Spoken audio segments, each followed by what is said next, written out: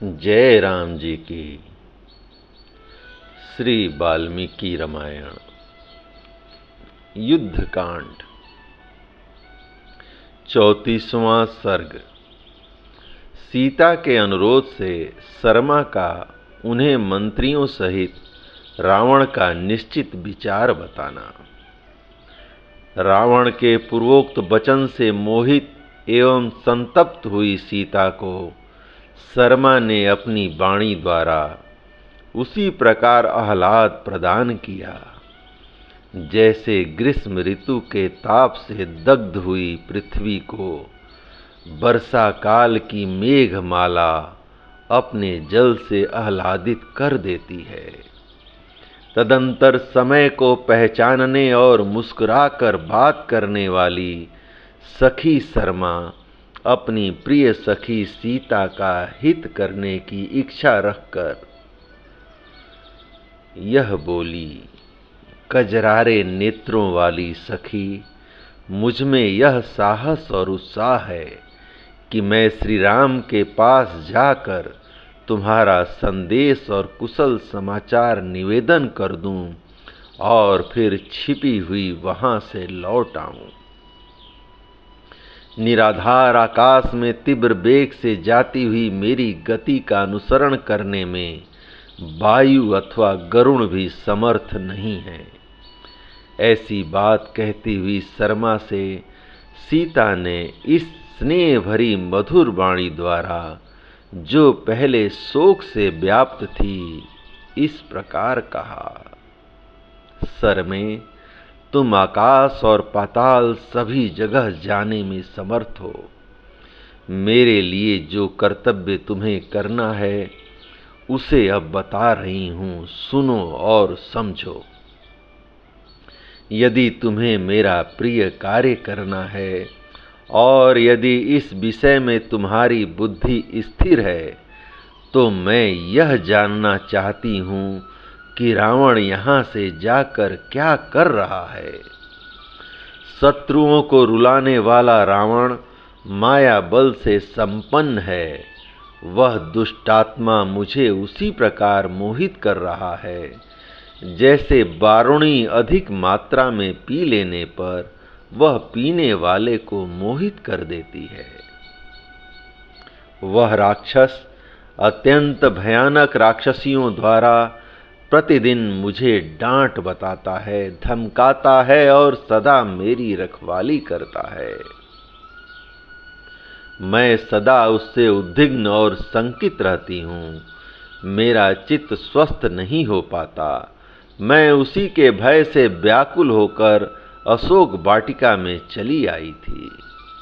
यदि मंत्रियों के साथ उसकी बातचीत चल रही है तो वहाँ जो कुछ निश्चय हो अथवा रावण का जो निश्चित विचार हो वह सब मुझे बताती रहो।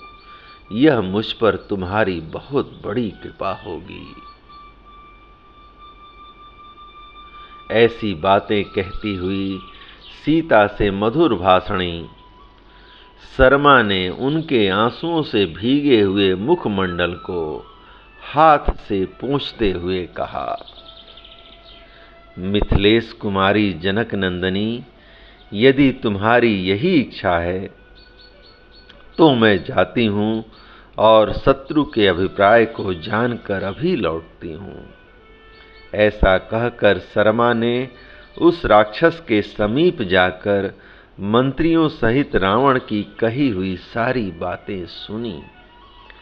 उस दुरात्मा के निश्चय को सुनकर उसने अच्छी तरह समझ लिया और फिर वह शीघ्र ही सुंदर अशोक वाटिका में लौट आई।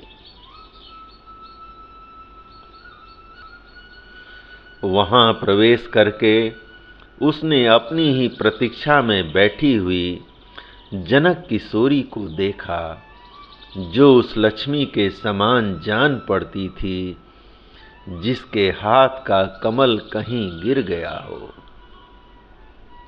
फिर लौटकर आई हुई प्रिय भाषणी शर्मा को बड़े स्नेह से गले लगाकर सीता ने स्वयं उसे बैठने के लिए आसन दिया और कहा, सखी, यहाँ सुख से बैठकर सारी बातें ठीक ठीक बताओ।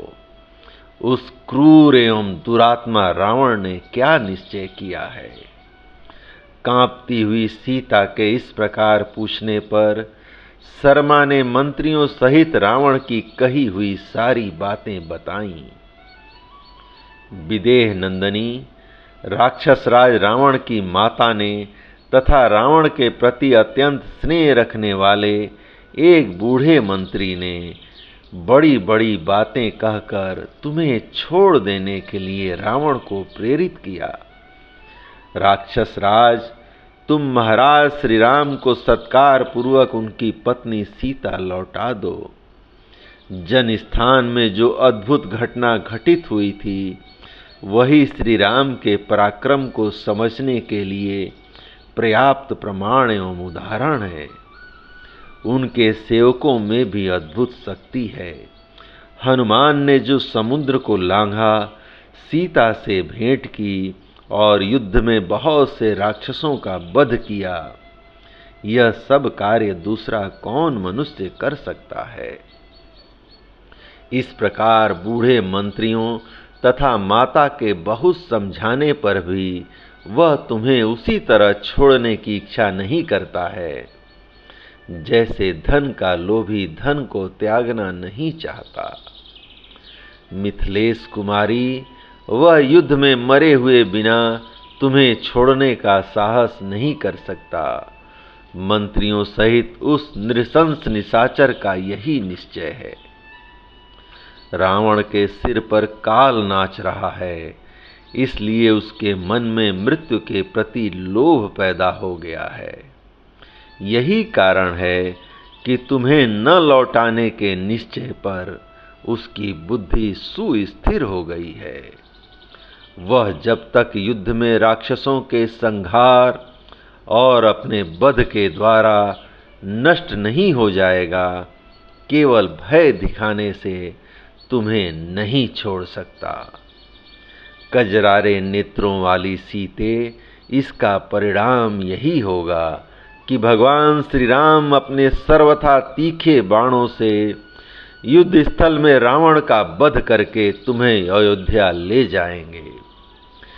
बानर सैनिकों के उस भीषण सिंहनाद को सुनकर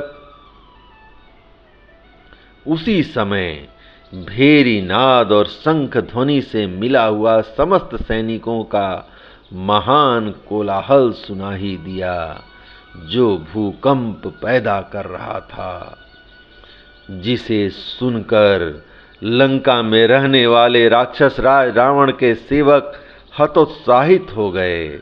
उनकी सारी चेष्टा दीनता से व्याप्त हो गई। रावण के दोष से उन्हें भी कोई कल्याण का उपाय नहीं दिखाई देता था। जय राम जी की। इस प्रकार श्री वाल्मीकि निर्मित आर्ष रामायण आदि काव्य के युद्ध कांड का 34वां सर्ग प्रभु श्री राम की कृपा से पूर्ण हुआ। जय राम जी की।